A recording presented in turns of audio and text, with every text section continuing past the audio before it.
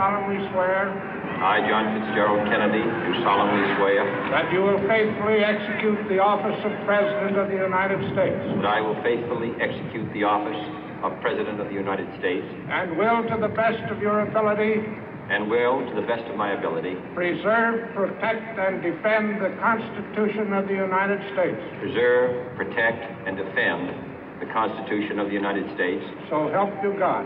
So help me God.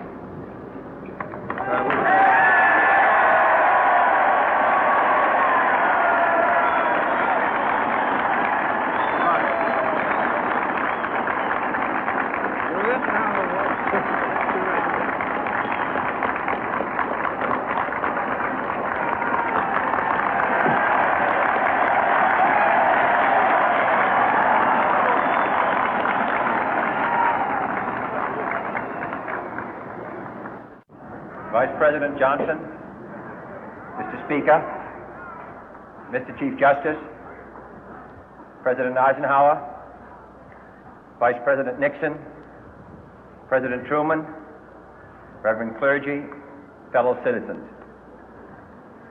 We observe today not a victory of party, but a celebration of freedom, symbolizing an end as well as a beginning, signifying renewal as well as change.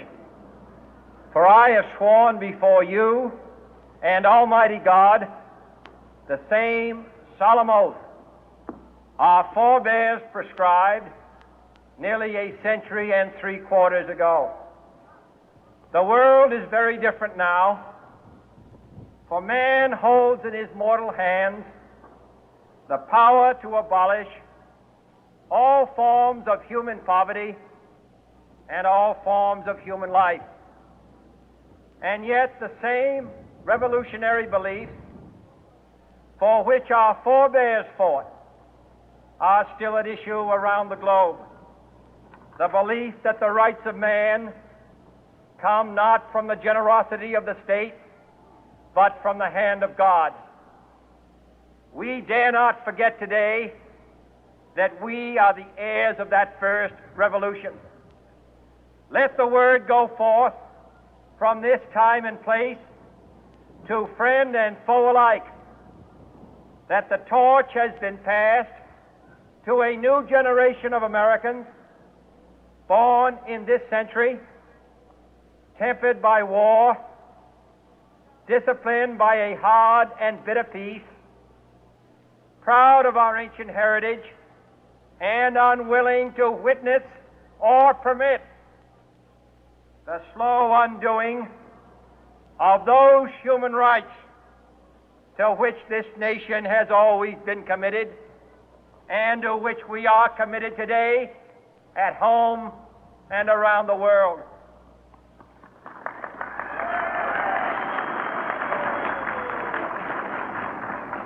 Let every nation know, whether it wishes us well or ill, that we shall pay any price, bear any burden, meet any hardship, support any friend, oppose any foe to assure the survival and the success of liberty.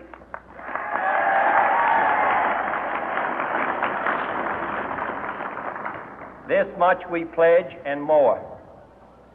To those old allies whose cultural and spiritual origins we share, we pledge the loyalty of faithful friends. United, there is little we cannot do in a host of cooperative ventures. Divided, there is little we can do, for we dare not meet a powerful challenge at odds and split asunder. To those new states whom we welcome to the ranks of the free, we pledge our word that one form of colonial control shall not have passed away, merely to be replaced by a far more iron tyranny. We shall not always expect to find them supporting our view, but we shall always hope to find them strongly supporting their own freedom and to remember that in the past, those who foolishly sought power by riding the back of the tiger ended up inside.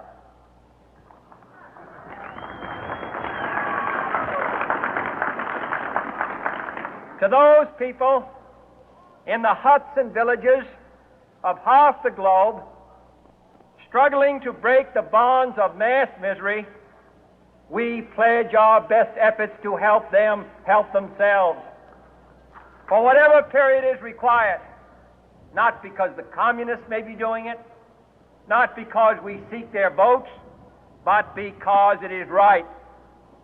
If a free society cannot help the many who are poor, it cannot save the few who are rich.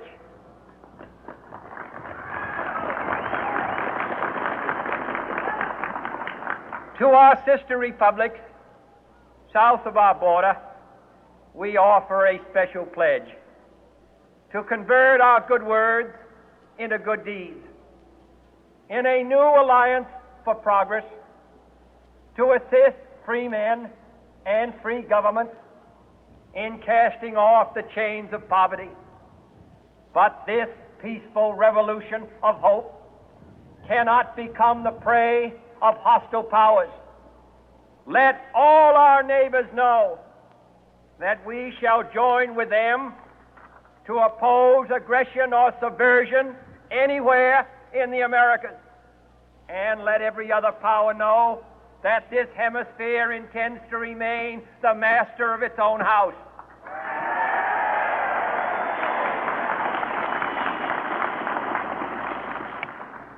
To that World Assembly of Sovereign States, the United Nations, our last best hope, in an age where the instruments of war have far outpaced the instruments of peace, we renew our pledge of support to prevent it from becoming merely a forum for invective, to strengthen its shield of the new and the weak, and to enlarge the area in which its writ may run. Finally, to those nations who would make themselves our adversary, we offer not a pledge, but a request that both sides begin anew the quest for peace. Before the dark powers of destruction, unleashed by science, engulf all humanity in planned or accidental self-destruction, we dare not tempt them with weakness, for only when our arms are sufficient beyond doubt can we be certain beyond doubt that they will never be employed. But neither can two great and powerful groups of nations take comfort from our present course, both sides overburdened by the cost of modern weapons, both rightly alarmed by the steady spread of the deadly atom, yet both racing to alter that uncertain balance of terror that stays the hand of mankind's final war. So let us begin anew, remembering on both sides that civility is not a sign of weakness, and sincerity is always subject to proof. Let us never negotiate out of fear, but let us never fear to negotiate.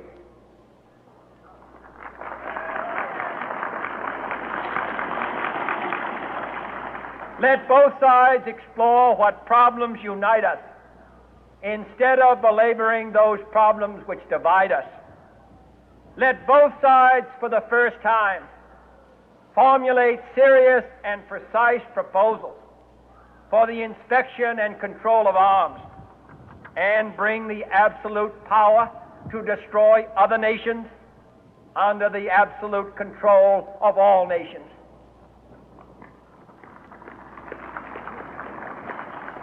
Let both sides seek to invoke the wonders of science instead of its terrors. Together, let us explore the stars, conquer the deserts, eradicate disease, tap the ocean depth, and encourage the arts and commerce.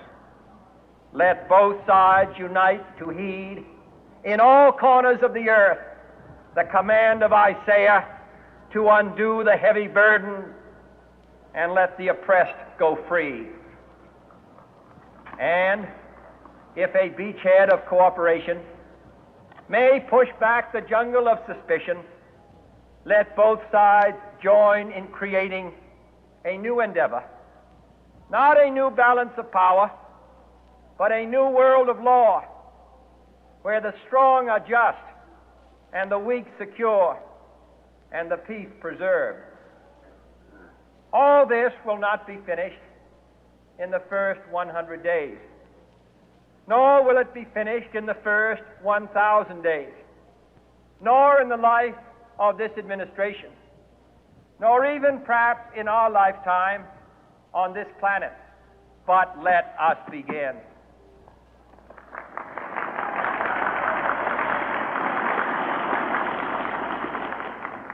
In your hands, my fellow citizens, more than mine, will rest the final success or failure of our course.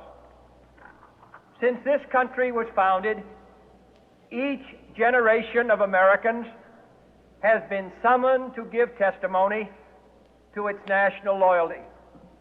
The graves of young Americans who answered the call to service surround the globe.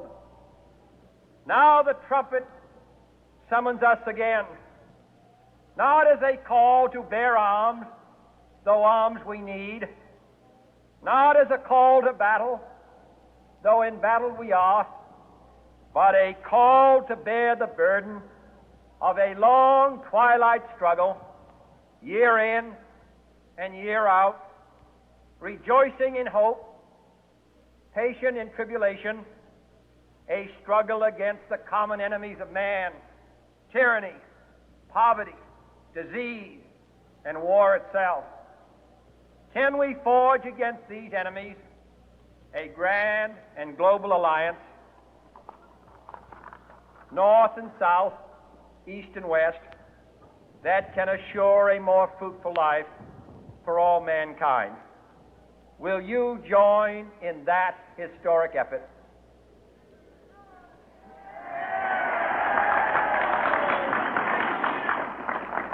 In the long history of the world, only a few generations have been granted the role of defending freedom in its hour of maximum danger. I do not shrink from this responsibility. I welcome it.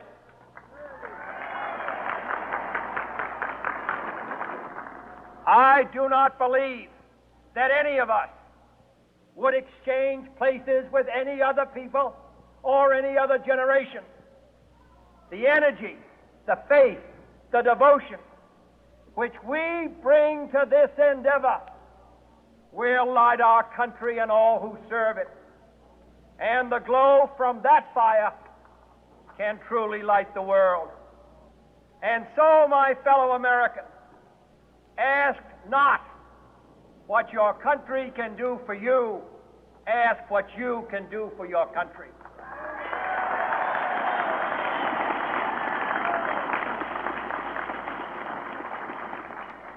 My fellow citizens of the world, ask not what America will do for you, but what together we can do for the freedom of man.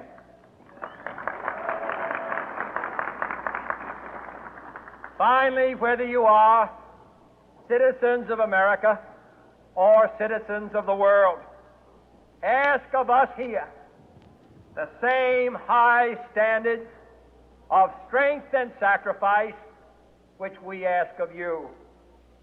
With a good conscience, our only sure reward, with history the final judge of our deeds, let us go forth to lead the land we love, asking His blessing and His help, but knowing that here on earth, God's work must truly be our own.